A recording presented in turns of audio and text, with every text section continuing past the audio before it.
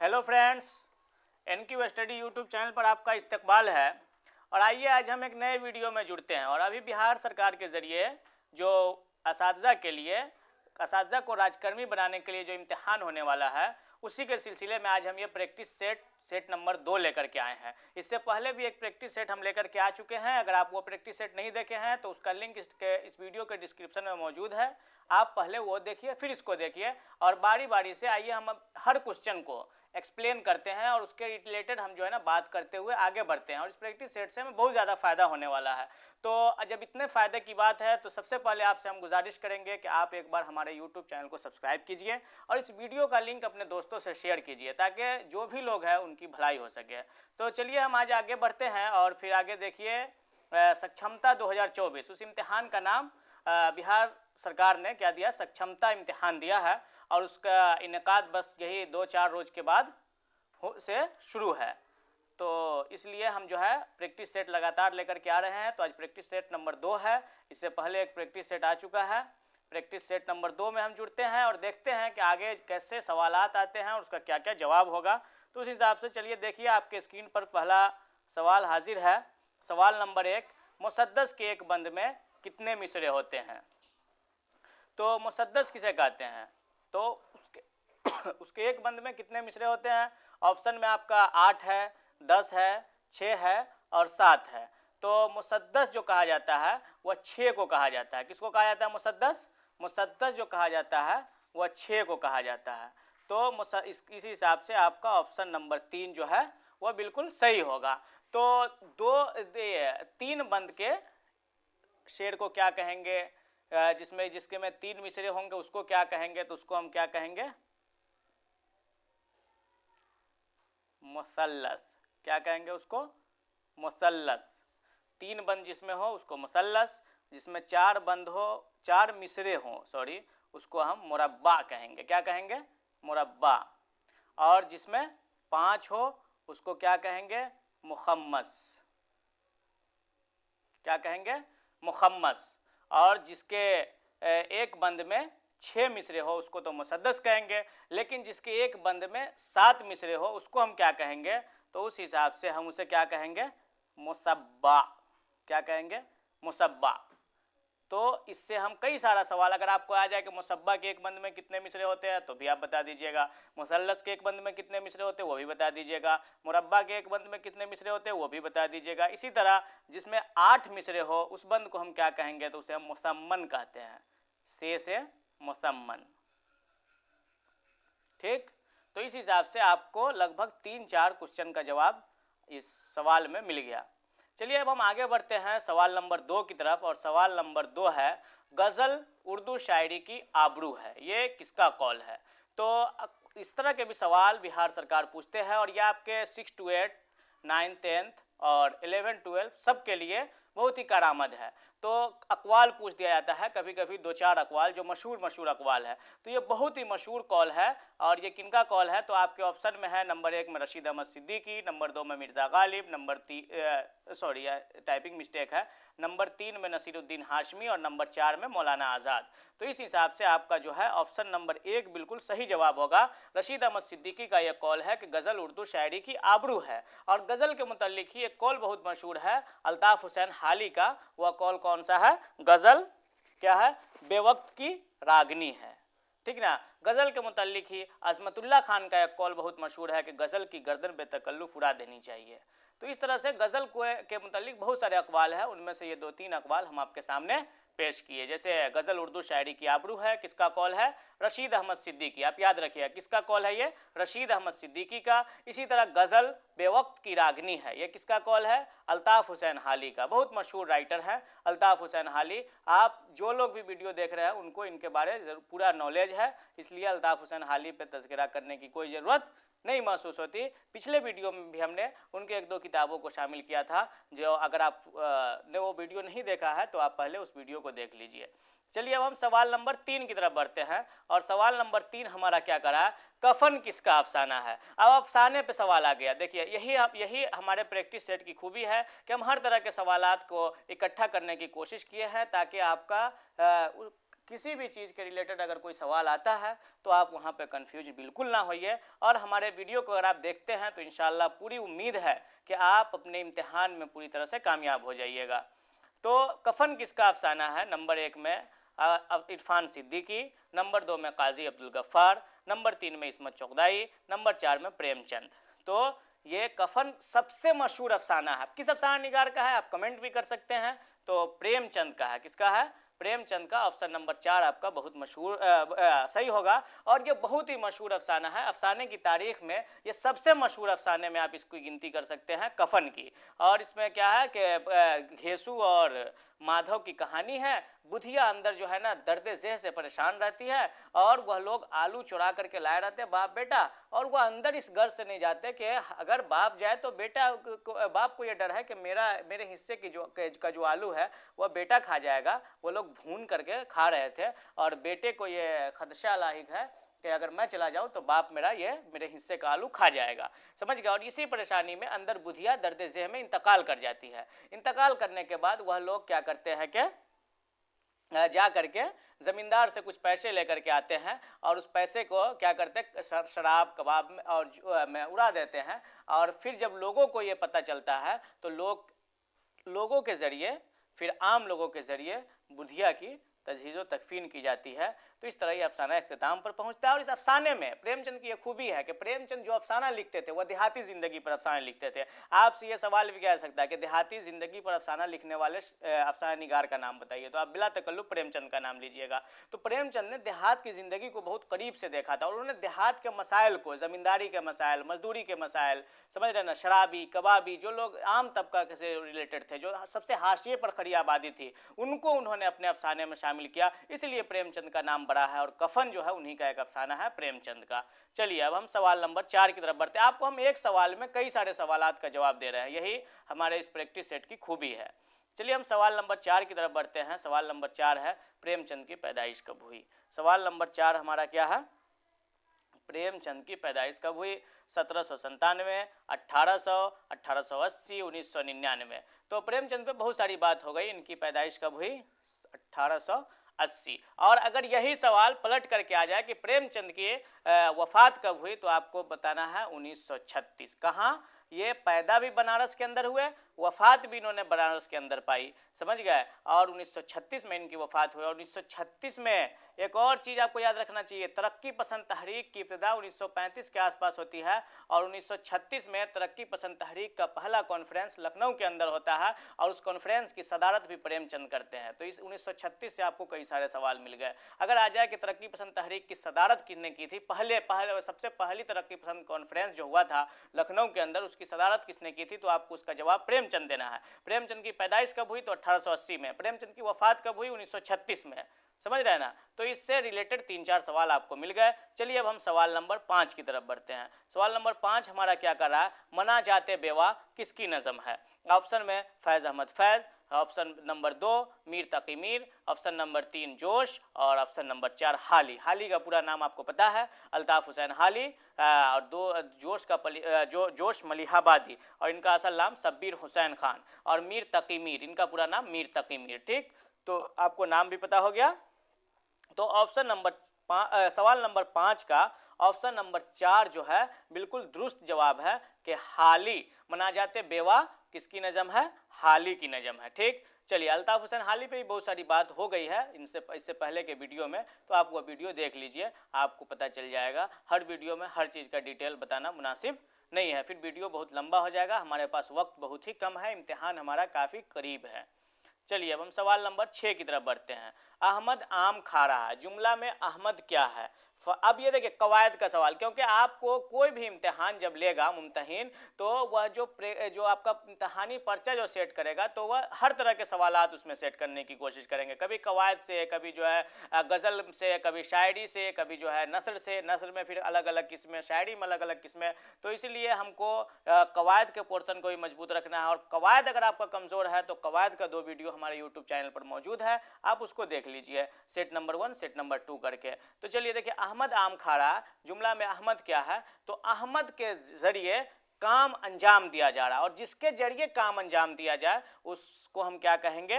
File कहेंगे। इस हिसाब से हमारा ऑप्शन नंबर 1 बिल्कुल दुरुस्त होगा कि अहमद फाइल है। अहमद आम खा रहा है, इस जुमला में खाने का जो अमल है वह अहमद के जरिए अमल में आ रहा है। खाने का अमल कौन कर रहा है? अहमद कर रहा है। तो काम करने वाले को हम क्या कहते हैं? फाइल कहते हैं। इस हिसाब से हमारा ऑप्शन नंबर 1 बिल्कुल दुरुस्त है। चलिए हम सवाल नंबर 7 की तरफ बढ़ते हैं। इसमें अलम की मिसाल कौन है? अकबर, आदमी, किताब, जानवर। इसमें अलम किसे कहते हैं? इसमें अलम कहते हैं किसी खास नाम को। इसमें अलम कहते हैं, किसे कहते हैं?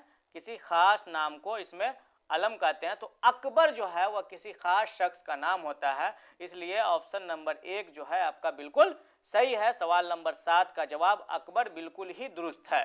चलिए अब हम आगे बढ़ते हैं सवाल नंबर 8 की तरफ। इसमें ज़र्फ की निशानदेही कीजिए। अब ज़र्फ किसे कहते हैं? समझे? ज़र्फ जो है या तो जगह को या वक्त को हम क्या कहते हैं? ज़र्फ कहते हैं। जगह वाले जिससे जगह का तायीन हो उसे हम ज़र्फ़ मकान कहते हैं। क्या कहते हैं? अब ये ज़र्फ़ की 2 किस्में भी है, ज़र्फ़ मकान, और जिससे वक्त का तयन हो उसे हम ज़र्फ़ ज़मान कहते हैं। तो इस हिसाब से अब इसमें ज़र्फ़ कौन है? तो मोहम्मद है, इससे न जगह पता चल रहा है न वक्त। मस्जिद, कुल्हाड़ी और नमाज, इन सब में मस्जिद है जिससे पता चल रहा है कि ये एक जगह का नाम है। तो इस हिसाब से आपका इसमें ज़र्फ़ ऑप्शन नंबर 2 मस्जिद बिल्कुल सही जवाब होगा। चलिए अब हम आगे बढ़ते हैं सवाल नंबर 9 की तरफ। सवाल नंबर 9 हमें कह रहा है उर्दू का पहला अवामी शायर कौन है? अब बहुत सारे शायर पैदा हुए, लेकिन उनमें अवाम की बात, ऐसे शायरी क्यों किसने की सबसे पहले उर्दू में जिनकी बात सब अवाम को समझ में आ जाए, यानी हर इंसान उनकी बात को अच्छी तरह समझ लिया, इसलिए उन्हें अवामी शायर कहा गया। तो इसमें ऑप्शन में है आपके अकबर इलाहाबादी, नज़ीर अकबर आबादी, अल्लामा इकबाल और मीर तकी मीर होना चाहिए। यहाँ भी मिस्टेक है, मीर तवी मीर लिखा गया है, मीर तकी मीर होगा। समझ गए? तो इस हिसाब से आपका ऑप्शन नंबर 2 जो है नज़ीर अकबर आबादी, ये अवामी शायरी करते थे, इसलिए इन्हें अवामी शायर कहा गया है। चलिए हम सवाल नंबर 10 की तरफ बढ़ते हैं। सवाल नंबर 10 है मुसद्दस हाली किसकी फरमाइश पर लिखी गई? इससे पहले एक और सवाल आया शुरू में कि मुसद्दस के एक बंद में कितने मिसरे होते? तो 6। तो मुसद्दस हाली भी लिखा गया। तो किसने लिखा? मुसद्दस हाली मौलाना अल्ताफ हुसैन हाली ने लिखा। और किसने फरमाइश किया था? तो मिर्ज़ा गालिब, सर सैयद अहमद खान, नज़ीर अहमद या शिबली नोमानी, इन चारों में से आपका कौन जवाब सही होगा?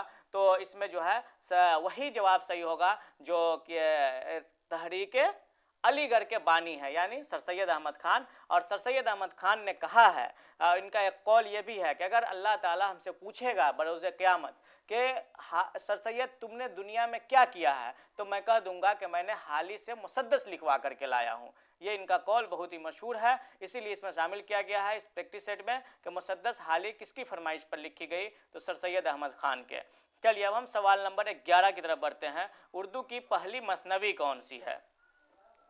मसनवी किसे कहते हैं? तवील नज़म, मुसलसल एक बाहर में लिखी गई नज़म को हम क्या कहेंगे? तवील नज़म कहते हैं। दास्तान की जो मंजूम शक्लें हैं, दास्तान किसे कहते हैं? दास्तान के बारे में पता है? दास्तान के बारे में पता नहीं तो उसका भी वीडियो मौजूद है, हर सिंफ का वीडियो मौजूद है, आप उसको देख लीजिए। तो दास्तान की जो मंजूम शक्लें हैं, यानी अगर नज़म के ज़रिए किसी दास्तान को लिखा जाता है तो उसे हम मसनवी कहेंगे। तो पहली मसनवी कौन सी है? अली नामा है, तोता नामा है, कदम राव पदम राव है, या ज़हर इश्क है? क्या है? सवाल नंबर 11 का आपके पास ऑप्शन नंबर 3 कदम राव पदम राव। कदम राव पदम राव की कहानी है ये, और इसके जो राइटर हैं वह कौन है? फ़खरुद्दीन निज़ामी। फ़खरुद्दीन निज़ामी की लिखी हुई यह किताब है कदम राव पदम राव, जिसे उर्दू की पहली मसनवी का शर्फ हासिल है। तो आपको इससे 2 सवाल पता चल गया कि कदम राव पदम राव के राइटर कौन है? तो फ़खरुद्दीन निज़ामी। उर्दू की पहली मसनवी कौन सी है? तो कदम राव पदम राव। और मसनवी किसे कहते हैं? तो दास्तान की मंजूम शक्लें। दास्तान अगर नज़म की शक्ल में लिखी जाए तो वो मसनवी की शक्ल इख्तियार कर लेती है, तो उसे हम उसी सिन्फ को हम क्या कहते हैं? मसनवी कहते हैं। चलिए हम सवाल नंबर 12 की तरफ बढ़ते हैं। मसनवी कदम राव पदम राव, ये भी मिस्टेक है, कदम राव छोटी काफ से होगा, ये यहाँ बड़ी काफ से लिख दिया गया है, कदम राव पदम राव। ठीक, किसके अहद में लिखी गई? तो मसनवी हर सिन्फ की इब्तिदा, हमारे जो जनरल जो बड़े बड़े जो असनाफ हैं, अफसानवी अदब के जो, या फिर गज़ल के, कसीदे के, इस तरह के जो असनाफ है, जो कदीम शेरी असनाफ है या कदीम नसरी असनाफ, इन तमाम की इब्तिदा कहाँ हुई? दक्कन में हुई। तो दक्कन की ही कोई न किसी अहद में लिखी गई होगी ये भी मसनवी, कदम राव, पदम राव, क्योंकि हमारे जो कदीम असनाफ है, जो भी कदीम असनाफ है, चाहे वो मरसिया भी कुछ लिखी गई, कसीदा हो, मसनवी हो, समझ रहे ना, गज़ल हो या फिर दास्तान हो, ये तमाम चीज़ों की इब्तिदा कहाँ हुई है?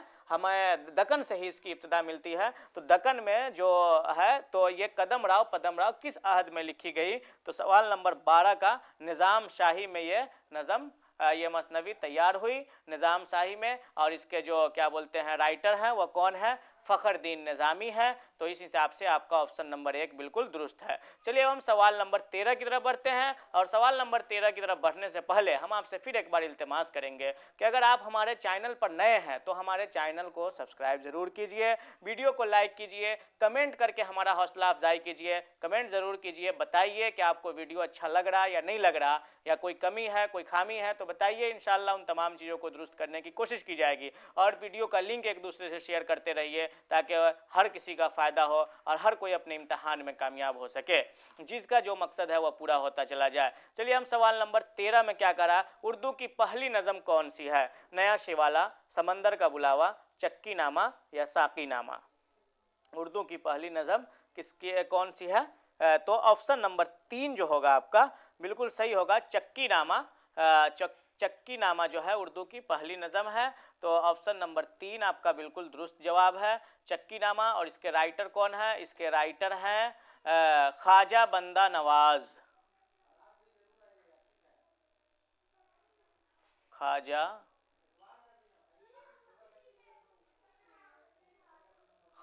बंदा नवाज गेसू दराज। क्या?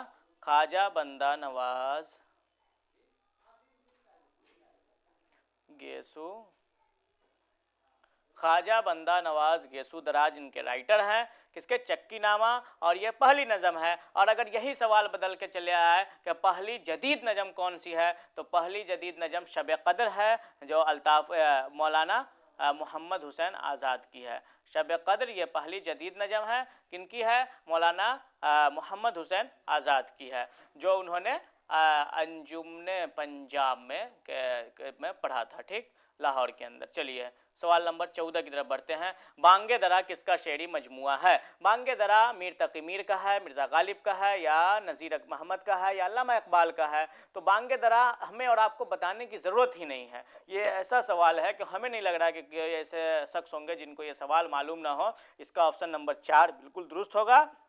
अल्लामा इकबाल का यह शेरी मजमुआ है। अल्लामा इकबाल के 4 उर्दू शेरी मजमुआ हुए, बाले जिब्रील, ज़रबे कलीम, अरमगान हिजाज, और ये बांगे दरा, बाले जिब्रील, ज़रबे कलीम, अरमगान हिजाज। यही इसकी जो है ना, बांगे दरा 1924, बांगे दरा, बाले जिब्रील 1935, ज़रबे कलीम 1936 और अरमगान हिजाज 1938 में शाया हुआ। और ये चारों इनका शेरी मजमुआ है। कौन कौन? बांगे दरा, बाले जिब्रील, ज़रबे कलीम, अरमगान हिजाज।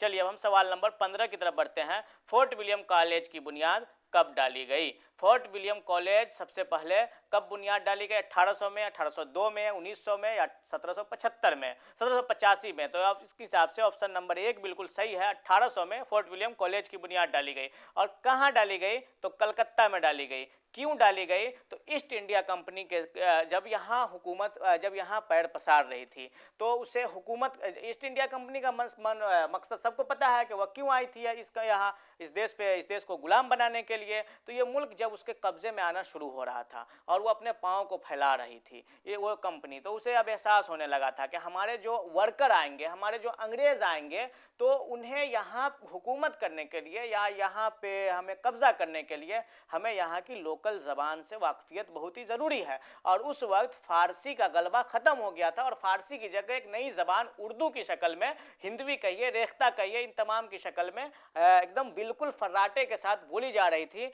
और लेकिन ये नतीजा ये था कि उर्दू में ज़ख़ीरा बहुत कम था, क्योंकि फ़ारसी के बाद उर्दू का चलन अभी अभी हुआ था।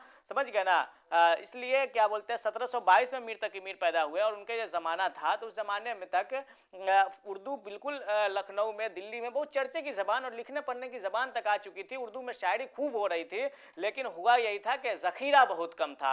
तो उन लोगों ने क्या किया कि कॉलेज की बुनियाद डाली और इस कॉलेज से उन्होंने क्या मकसद था कि हमारे जो अंग्रेज अफसर आएंगे, हमारे जो वर्कर आएंगे वहाँ से, उनको हम उर्दू ज़बान सिखाएंगे। तो उसके लिए उर्दू ज़बान सिखाने के लिए हम उनके पास होना क्या चाहिए था, तो वह कहे कि हमारे पास एक ज़ख़ीरा होना चाहिए था जिसके ज़रिए हम पढ़ सके। तो उर्दू में वो किताबें मौजूद थी नहीं, तो वह हिंदुस्तान के बड़े बड़े राइटर को वह जमा करने लगे और हिंदुस्तान के राइटर को जमा करके उन्होंने ये कोशिश की कि जितनी भी फारसी किताबें हैं उसको तर्जुमा किया जाए उर्दू की शक्ल में। और उसी में बहुत सारी किताबें तर्जुमा होती चली गई और एक से एक जो है ना उर्दू में ज़ख़ीरा जमा होता चला गया। और फोर्ट विलियम कॉलेज से जो है ना उर्दू अदब की भी खिदमत हुई। अंग्रेज़ों का मकसद तो कामयाब हुआ ही, अंग्रेज़ अपने मकसद में बिल्कुल कामयाब हुए, लेकिन उर्दू की खिदमत भी खूब हुई और 1800 में इसकी बुनियाद डाली गई, कलकत्ता में इसकी बुनियाद डाली गई। चलिए फोर्ट विलियम कॉलेज के बारे आपको एक बैकग्राउंड दे दिया गया। फोर्ट विलियम कॉलेज के बारे अगर कोई भी सवाल आपके जहन में होगा तो आप कमेंट कीजिए, हम उसका जवाब देंगे। लेकिन हमें उम्मीद है कि फोर्ट विलियम कॉलेज पे इससे ज़्यादा कुछ नहीं पूछा जा सकता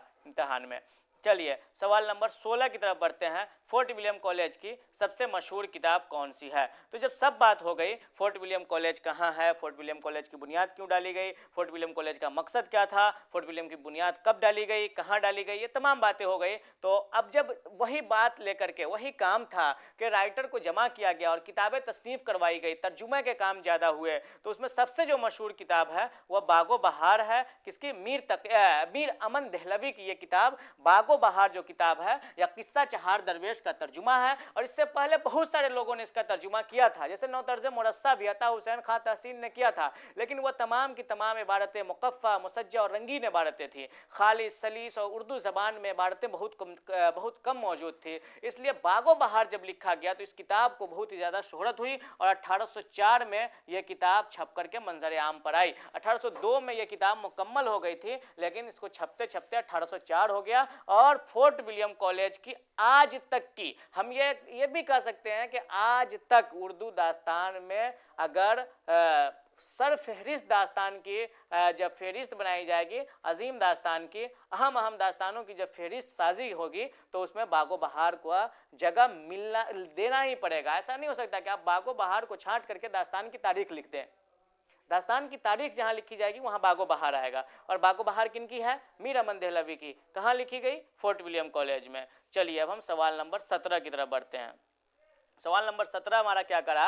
रिसाला तहजीबुल अखलाक किसने जारी किया? रिसाला तहजीबुल अखलाक किसने जारी किया? तो सर सैयद अहमद खान ने किया, वली दक्कनी ने किया, मौलाना आज़ाद ने किया या शिबली नोमानी ने किया? तो आपको पता है कि रिसाला तहजीबुल अखलाक अलीगढ़ तहरीक के ज़ेर असर जारी हुआ। सर सैयद अहमद खान जब इंग्लिस्तान के सफ़र पर गए और वहाँ कैम्ब्रिज और ऑक्सफोर्ड यूनिवर्सिटी को उन्होंने घूमा और वहाँ के निज़ाम तालीम का बगौर मुताला किया, समझ गया, और उसके बाद टिटलर और स्पेक्टेटर नाम का 2 रिसाला वहाँ कैम्ब्रिज इंग्लैंड के अंदर काफ़ी मशहूर था। और उन्होंने टिटलर और स्पेक्टेटर का मुताला किया, तो उन्हें जब वह हिंदुस्तान लौट करके आए तो एक अपना रिसाला तहजीबुल अखलाक के नाम से जारी किया। और ये तहजीबुल अखलाक उसी वक्त से रिसाले की शक्ल में आनी शुरू हो गई। कब? 1870 में। 1870 में इन्होंने जारी किया। किसने? सर सैयद अहमद खान ने। इस हिसाब से आपका ऑप्शन नंबर 1 बिल्कुल सही जवाब हो जाएगा। चलिए हम सवाल नंबर 18 की तरफ बढ़ते हैं। तरक्की पसंद तहरीक की पहली कॉन्फ्रेंस कहाँ हुई थी? दिल्ली, कलकत्ता, लखनऊ या आजमगढ़?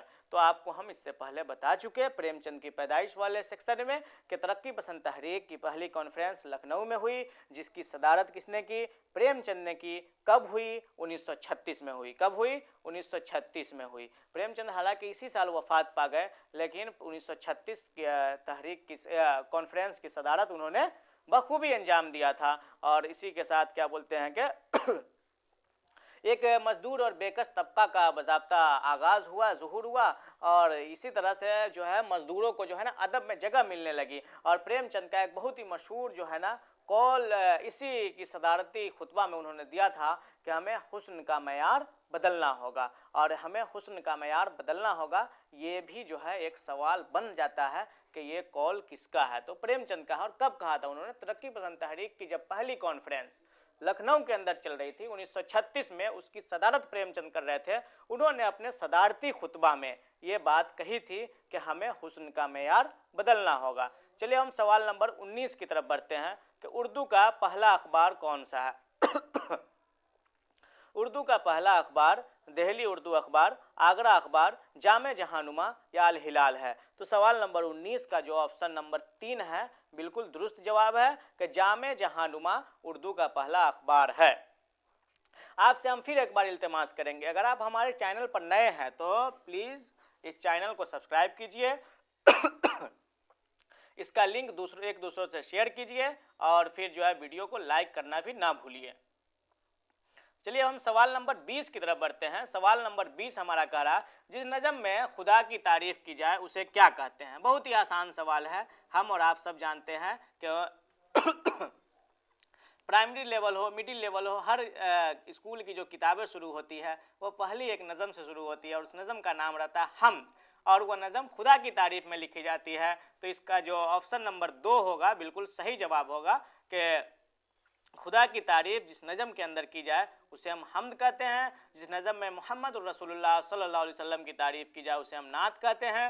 जिस नज़म में इमाम हुसैन की शहादत का जिक्र किया जाए और इमाम हुसैन की शहादत के गम में आंसू बहाया जाए और अफसोस का इजहार किया जाए उसे मरसिया कहते हैं। और जिसमें सहाबा इकराम रिजवानुल्लाह अलैहिम अजमाइन की तारीफ की जाए उस नज़म को हम मनक़बत कहते हैं। तो ये 4 चीज़ें आपको समझ में आ गया, हम्द किसे कहते हैं, नात किसे कहते हैं, मरसिया किसे कहते हैं और मनक़बत किसे कहते हैं। तो इस तरह से आज का प्रैक्टिस सेट हमारा कंप्लीट हुआ और इस प्रैक्टिस सेट में हम बहुत सारी चीज़ें जाने हैं। तो हमारे साथ बने रहिए अगले वीडियो में। अगले वीडियो में फिर हम बहुत जल्द एक नया प्रैक्टिस सेट लेकर के आते हैं। जब तक के लिए बहुत बहुत शुक्रिया। और आखिर में फिर से एक बार इल्तिमास करेंगे कि जिन्होंने हमारे चैनल को सब्सक्राइब नहीं किया है बराए मेहरबानी इस चैनल को सब्सक्राइब कीजिए और इसका लिंक एक दूसरे से शेयर कीजिए ताकि तमाम लोगों का फ़ायदा हो जाए। जिन लोगों तक वीडियो नहीं पहुँच पा रही है उन तक भी वीडियो बआसानी पहुँच सके। चलिए बहुत बहुत शुक्रिया, फिर मिलते हैं अगले वीडियो में। तब तक के लिए अल्लाह हाफ़िज़।